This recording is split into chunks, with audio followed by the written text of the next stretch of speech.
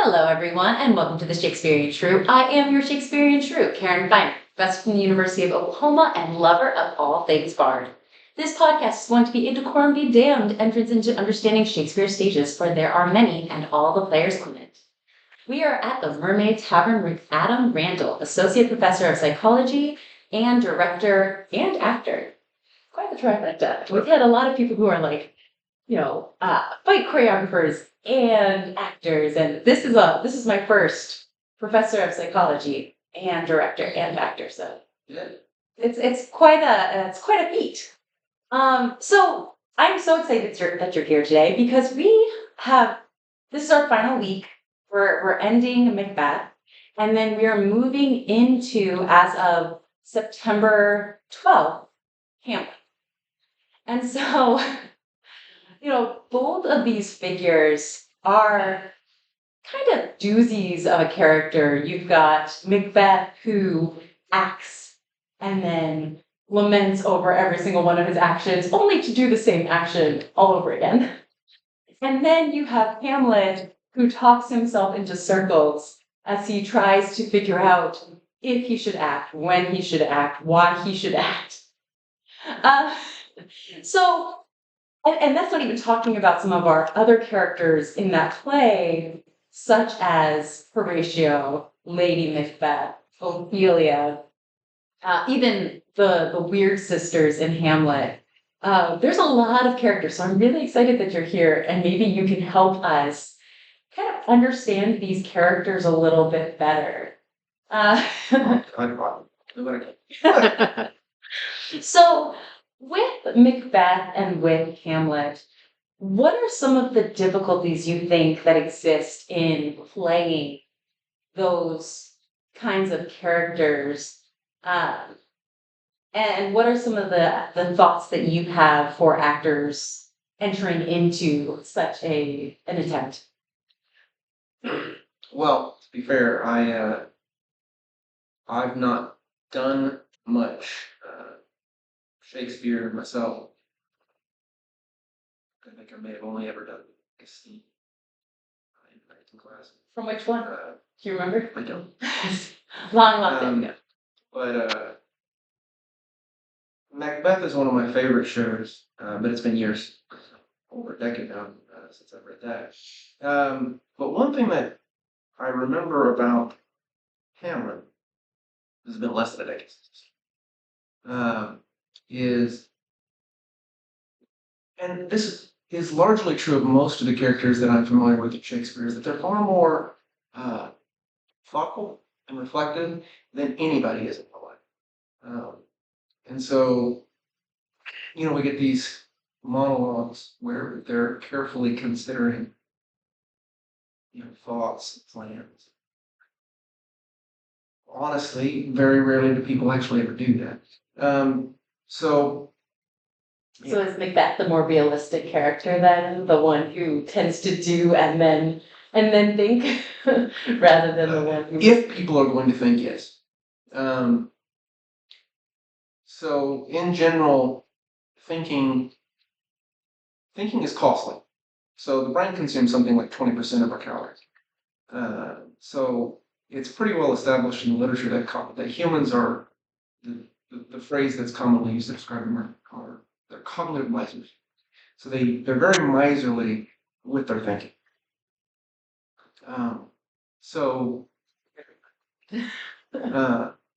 You have some people there's this individual difference known as the need for cognition, and those individuals who are high in the need for cognition love it. If they don't have something to think about, they'll find something to think about.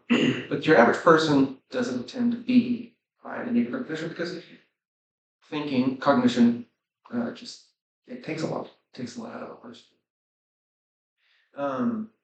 So, for a Hamlet, I feel like, just doing one of those reflective scenes for your average person is going to be exhausting to actually do. As for what to tell an actor, I wouldn't know, honestly. One of my favorite lines in Shakespeare is from Macbeth, but it's not Macbeth, and I honestly couldn't tell you the character. But the fact that he has this false confidence built on the fact that he was Can't be killed by. right because he was born via C-section. Mm-hmm. Right? Oh yeah. And my favorite line is by the one who kills him. I was from my mother's womb untimely ripped. Macbeth. That's a good one. I love Macbeth. Honestly, I don't know what I would do, what I would say to an actor going into doing that part. Well, I think it's so interesting what you just said, because I think you're absolutely right that Shakespeare's characters, a lot of them are driven by thought. And a lot of that thought is directed towards us in an intimate way as an audience. Yeah. And so acting is doing. But what Shakespeare's asking his actors to do is to think on the stage. Yeah. So that's really interesting, especially in light of what you just told us about, which is that thinking takes up energy as a almost survival response. It sounds like we're like, okay, well, we'll not think that much. We'll just kind of go with it and see how it goes. I mean, yeah, most of our thinking tends to be fairly automatic, and so we are thinking. We're just not necessarily aware of the thinking. The vast majority of our thinking is automatic, and so the majority of what an actor's going to do on stage is automatic. So you're telling us that at home, most of us don't monologue to ourselves? Yeah. Should I be concerned? Unless you're highly reflective and high in the need for cognition, certainly I'm a little Hamlet, I guess, in that regard, because I overthink everything. But yeah, your average person. Well, cheers to that one. Clean. Yeah, your average person doesn't have the energy to expend, and it's a matter of priorities, right? Sense thinking in a reflective sense. So here I've been thinking to refer specifically to intentional and reflective thinking.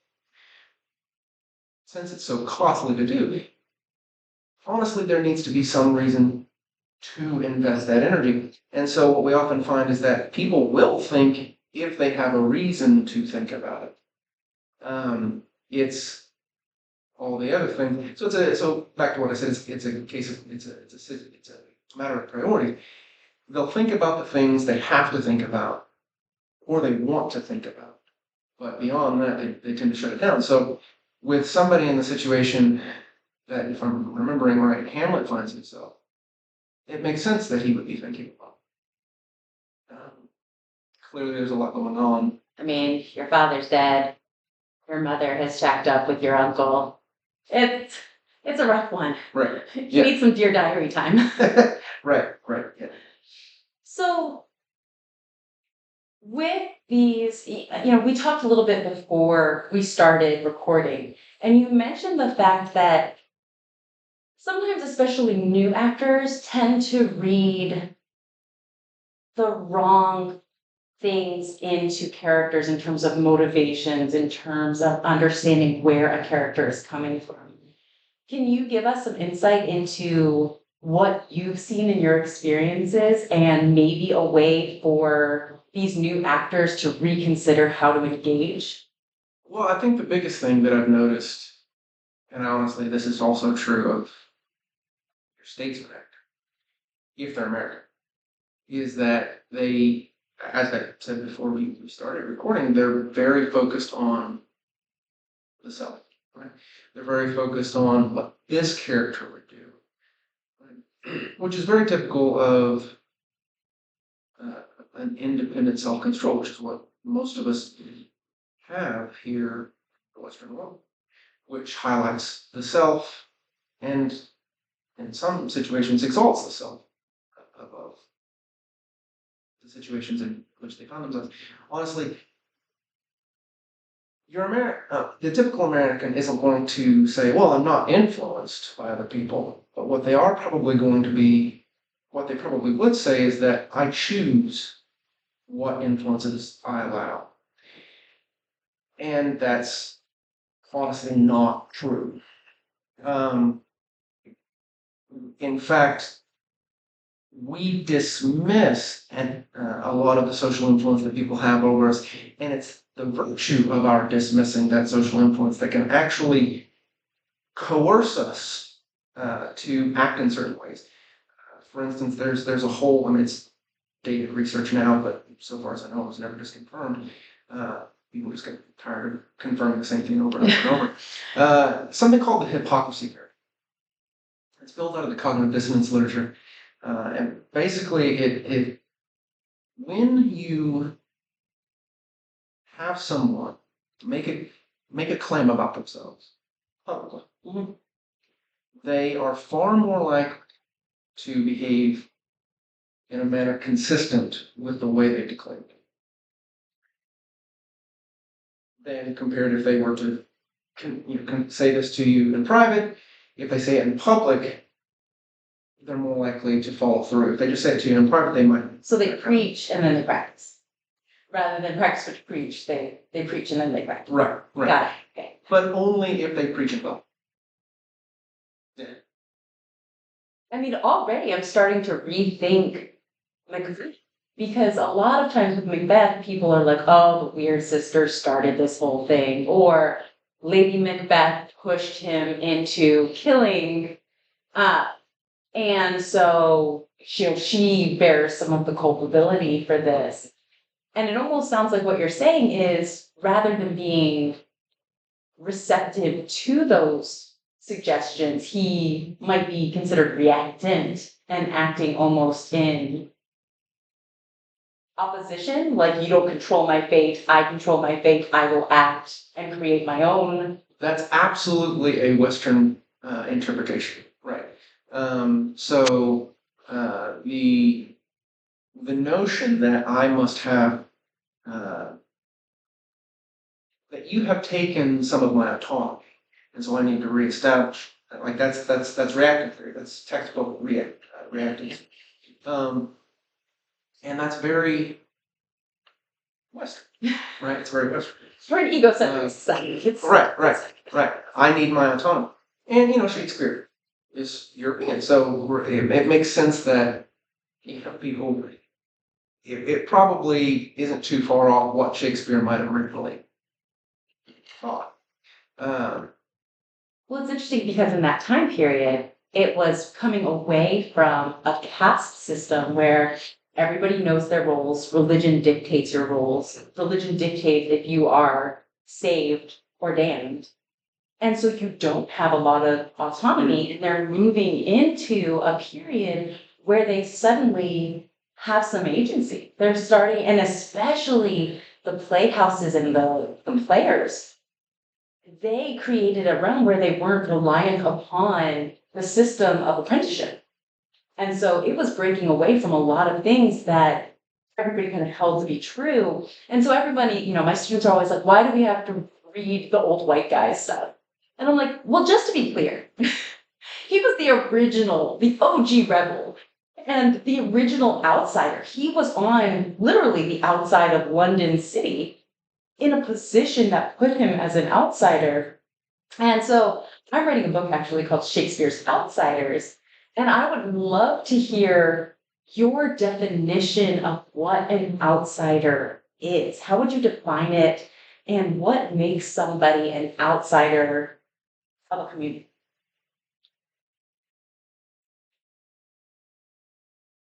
I don't know that I have a good definition for you, and probably not a satisfying one.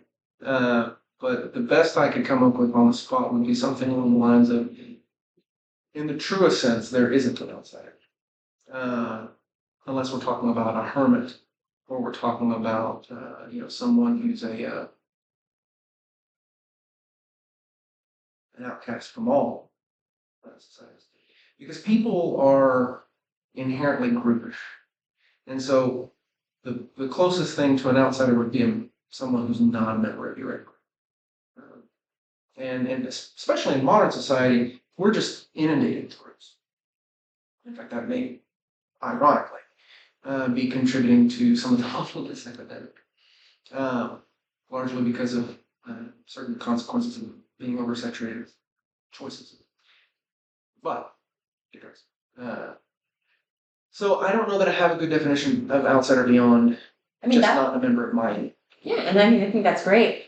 You touched on something that I actually have down as one of my questions, and I'm excited that we've got a great segue, which is mental health in today's community, which has been, as you're a professor, I'm a professor, we both have seen it to an almost rampant level, I would say, and it seems to be growth as opposed to diminishing after COVID. And so I have a question about mental health on the stage or on film and how that impacts the conversations around mental health. So do you have any thoughts on that, whether, for good or ill? In my experience, most of the folks that I've known who've been involved with the stage are like me. They are, we'll euphemistically say, eccentric. And that those eccentricities, either as cause or effect, often lead the folks that I've known in the theater world to feel excluded. And there's no, the evidence would tell me that there is no white or black. There's no good or bad. Being included comes with its strengths, but also comes with its weaknesses. Being excluded comes with its strengths and comes with its weaknesses. But we are a species who needs to be included. And so what I often find among folks that I know among theater community is that they often feel like they have been excluded. And so many of them will then kind of, especially when they find the theater community and the group of, they found their people, so to speak. Right. They'll start leaning into those eccentricities. I know I do. And then they, by virtue of the group, and again, it's been a while since I've been among my theater people, so I'm really hoping this hasn't changed. But what I found is that your typical theater community, although hard to get into, once you're in, you're in. Yeah.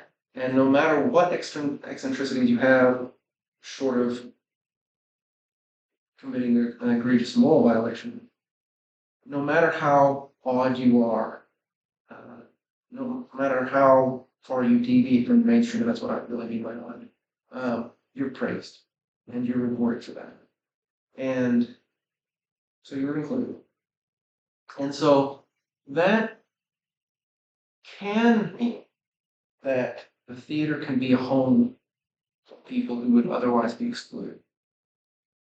The problem with that is that, I guess this isn't really that, but an issue that can arise is that if that's the only community that will accept them.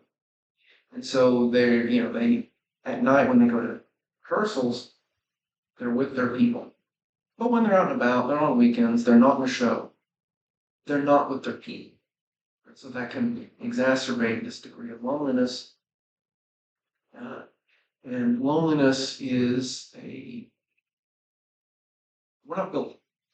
Even the folks who would say, well, I don't need people, the evidence suggests that they have an inaccurate perception of themselves.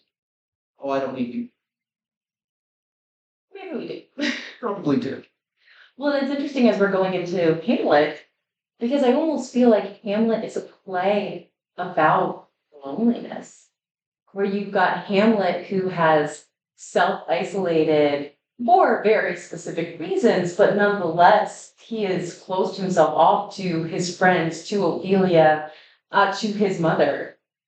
And then we also have Ophelia, who again, she is one of those who is closed off, and because she expects that level of connection and is disconnected from it, uh, you know, she finds herself adrift, both metaphorically and sadly literally.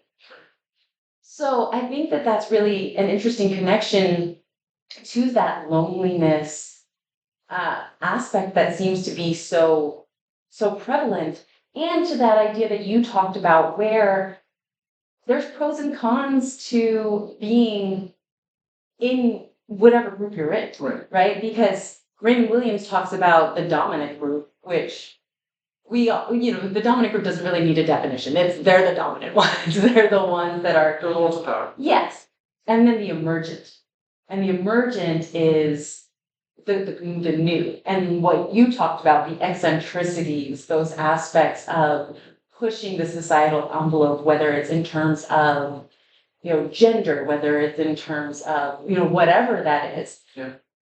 I think that that usually comes from those groups that feel more isolated from the dominant. Right. I love this. Okay, so we've talked about loneliness, and that is definitely a big part in our society today. I don't know if we can disconnect the idea of loneliness from the idea of violence and the emergence of violence that seems to be also very prevalent. Because again, I'm watching Macbeth, which is like Game of Thrones, if you like the character, they'll probably end up dead. And then we're going into Hamlet, which again doesn't end well for almost anyone. And while you're looking at all this violence and this bloodshed, part of you is like, oh, well, we don't do that anymore. We no longer just, commit atrocities. And then there's like a second thought where you're like, or do we? And so I want your thoughts on that. Have we curbed our violent tendencies? Are our violent tendencies still the same, but just redirected? Where have we as a society gone in terms of some of those aspects of what makes us more aggressive? The data that I'm familiar with pretty demonstratively, pretty clearly demonstrates that we are living in the safest time in human history. All forms of crime, all forms of violence have, so far as I remember, for the entirety of recorded history, been on decline. In fact, there was this widely held assumption right after World War II that we were kind of escalating to a crescendo, World War III. And so there was this assumption, that we still have today, that things are getting worse, things are getting worse, things are getting worse. The available that I remember, all of the evidence that I remember shows that pretty clearly we're the safest one. The only violent crime that I'm familiar with, off the top of my head, that has seen a slight increase in recent years has been Shrew. But every other, That's a bit right. And so, no, I think the evidence from crime records pretty clearly show that we're pretty safe. And so now certainly there's not every community is equally safe, right? But as a whole, on average, tend to be pretty safe. So what we see in Game of Thrones, like that, and those things happen just very rarely. So nowhere near to the extent that we see them in these works.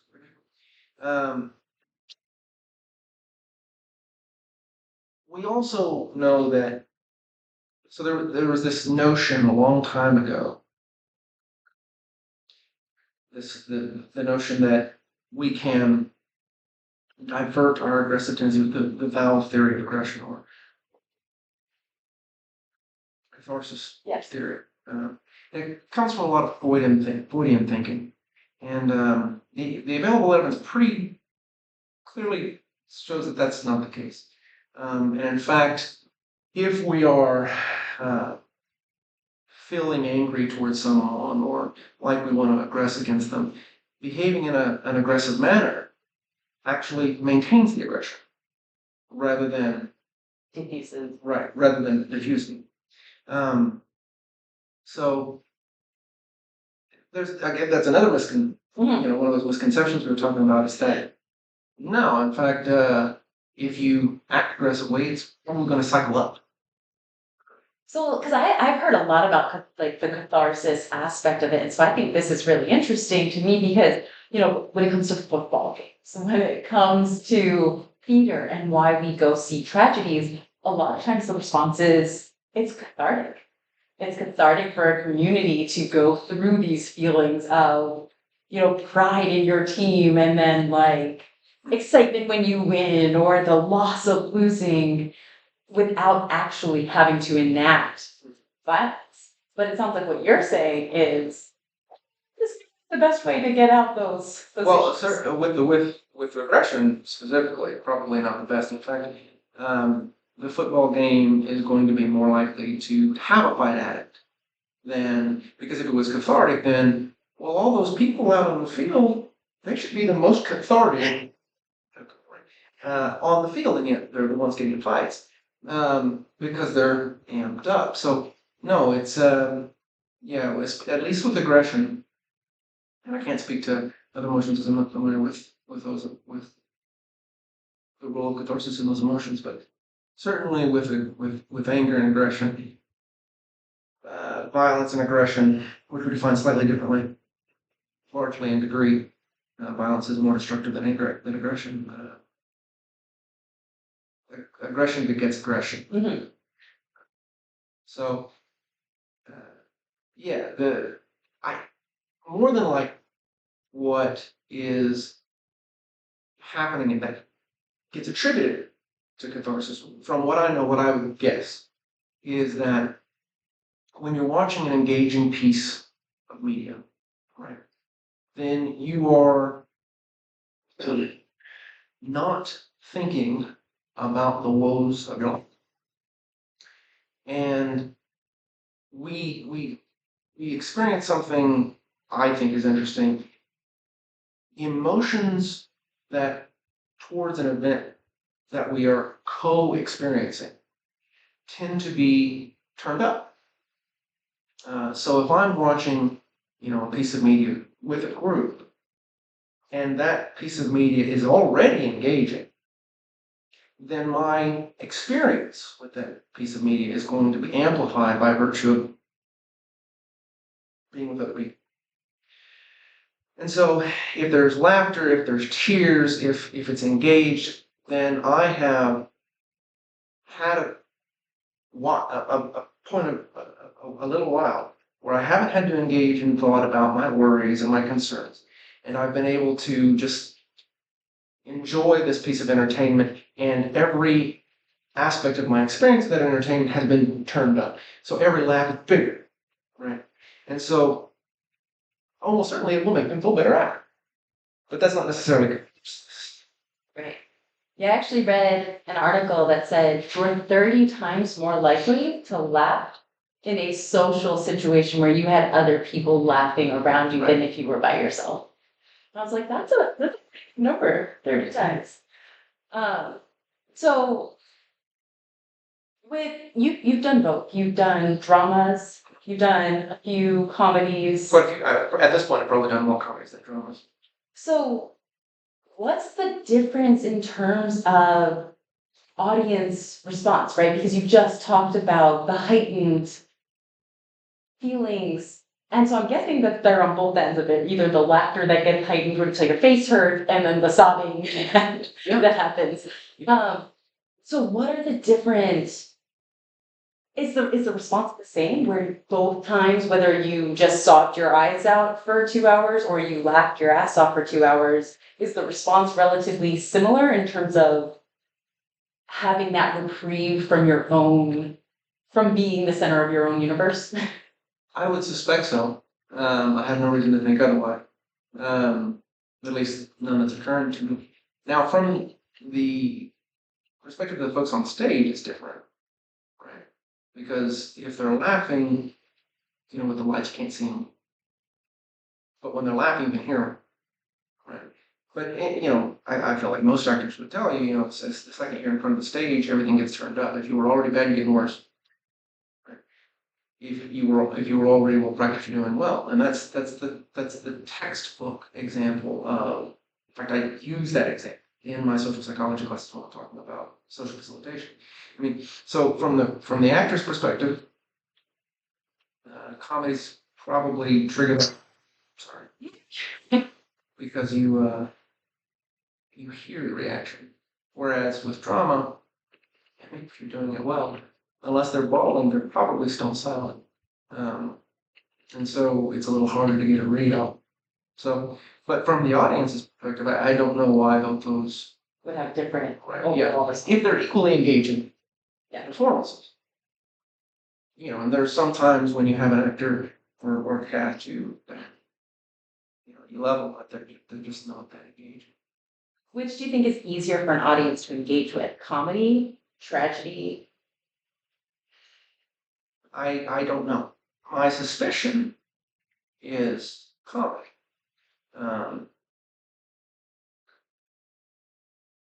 And the reason I suspect that is because of the themes in drama.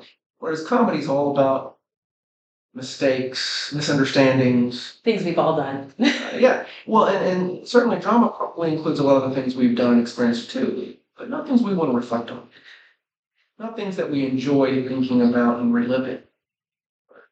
Although, although I'm not a therapist by any stretch of the imagination, there used to be, I don't know if it still exists, but there used to be something called psychodrama, which was basically theater-based therapy. And back when I wanted to be a clinician, that was a direction I wanted to go because that was right. But yeah, once I discovered I'm not the special kind of person required to be a therapist. I let that go. I mean, that's fair. Not everybody is. No, it requires a very special kind of person to be a therapist. And I'm not. I don't have those gifts. You have to know yourself, right? So, I know you haven't read a lot of Shakespeare's works recently, but if you were to think back, way back, is there a Shakespeare character for you that comes across as the most mentally complex? I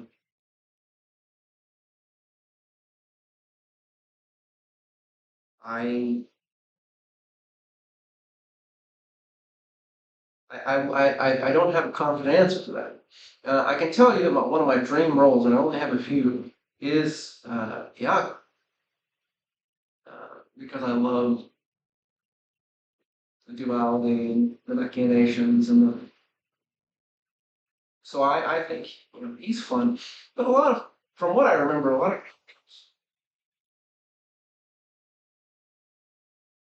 I don't remember a lot of complexity in a lot of characters. Well, I love that you said Iago because he's one of the characters that most people ascribe the least complexity to because he's just like, I am the bad guy. I'm going to own this.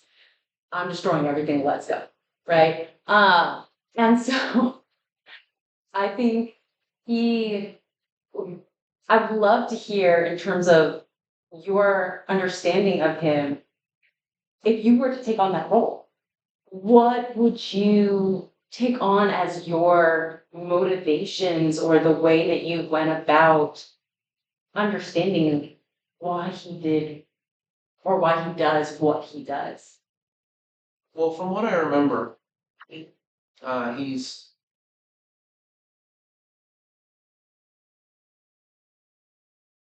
let's say spite driven.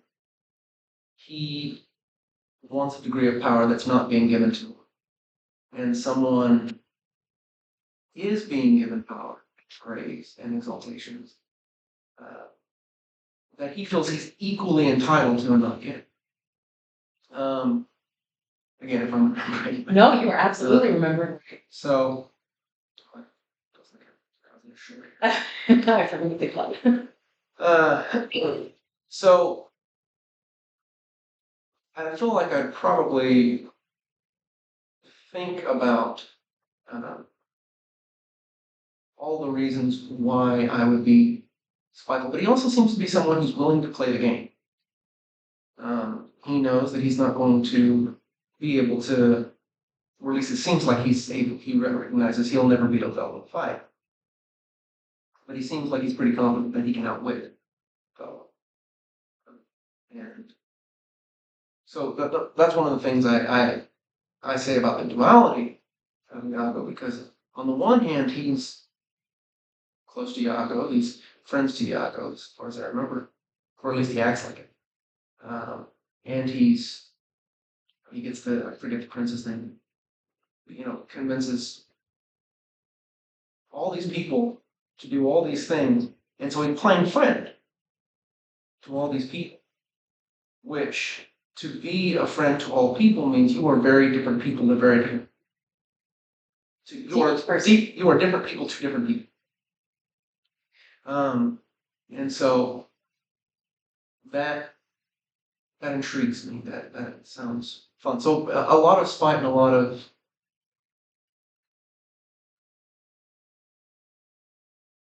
social set.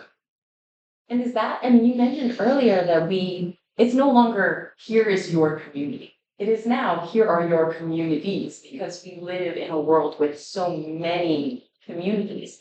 And so you just said that aspect of if you're a friend of many, you have to be many different people to fit. So is that the same for the communities? Is you're basically a different part of your self, or you're playing a different role for each committee or each community that you're part of?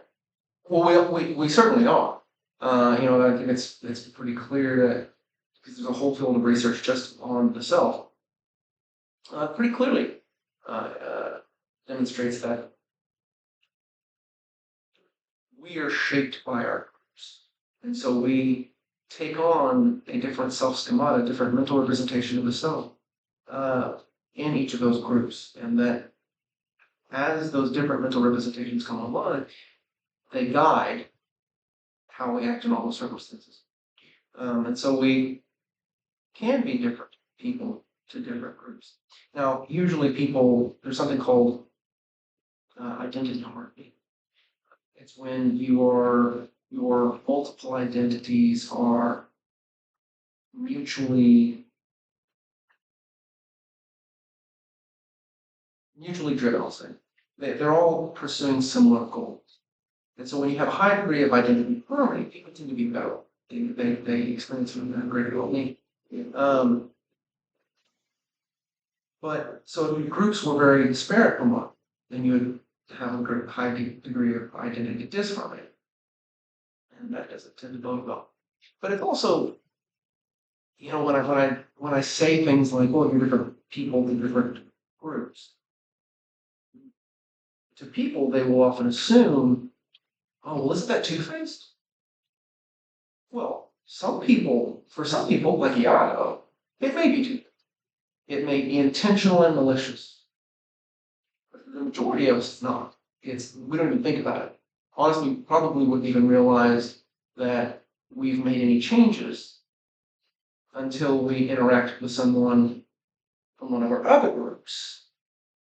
And they, how you doing here? In fact, an example, I grew up with a decently thick Hick accent. It still activates. I keep doing it. It's getting everybody's attention. It activates when I talk to a member of my family. It's your stereotypical southeastern accent, and it takes me a little bit to get out of it. Well, when I when when I was growing up, that was basically my accent. When I went to college, it started going away. But I didn't realize for years that when my grandmother raised me with a call, I'd switch back into it. Well, that's an example. And I didn't realize it until one of my friends saw me Heard you come. switch, and he gave me the biggest eye look you've ever seen before. That I came to the realization. So that's an example. I had no awareness until he pointed it out that I was shifting my mental representation between, he was one of my theater buddies at college, between my theater group, right, and mine. I had no awareness of it. And that's really what most people are doing. They're not doing it intentionally, not doing it maliciously. This group simply activates that mental representation of themselves in that group. And then we just start acting that way. But someone like Iago, yeah, they're There's intention there. Yeah. The side eye is dessert for Iago. Yeah. So this has been such a fun conversation. I've enjoyed hearing all the different things. Are there any projects that you have coming up? I know that you have some acting, directing aspects, or is this just the semester is starting and I wish I had. The only creative endeavor that I've been able to pursue recently is I've completed my first novel. Congratulations. And now I'm in the editing phase. Oh. So I guess it's not completed. It's written. No, I would love to be back in theater, but me and my wife, who's one of the best stage managers ever, we have a 2-year-old who we love dearly, and we want to make sure he never wants for our attention. Theater would make him want for our attention, and so we've decided until he's a little older, maybe even able to participate in some way, that we probably wouldn't read theater on for now, which I know is painful for her, although she says it's not. Well, I heard a rumor that you met on the board of a theater. And just so you know, we have a board, and we could definitely use both of you on the board, and you can even zoom into our board meeting. So if you're interested in kind of dipping your toe in, we would love to be part of that. I'm just gonna throw that out there. Don't threaten me with a good time. I'll tell my wife. Please do. And if she says, "Yeah, let's go for it," then certainly I'm down. And I think if things were free and she felt like she had the freedom to do it, I know in fact she still does a lot of the treasury work for the old board. So yeah, I'll let her know. But that's an exciting prospect to me. Yeah, I mean, and that's the fun thing about theater, I think, is people come from such different backgrounds, but they can all add something to it. It is such a collaborative effort. And so, people out there in the Shrew-niverse, if you're looking for a place that you want to be part of, another community to add to your community, come on down, be part of our community. We'll take you.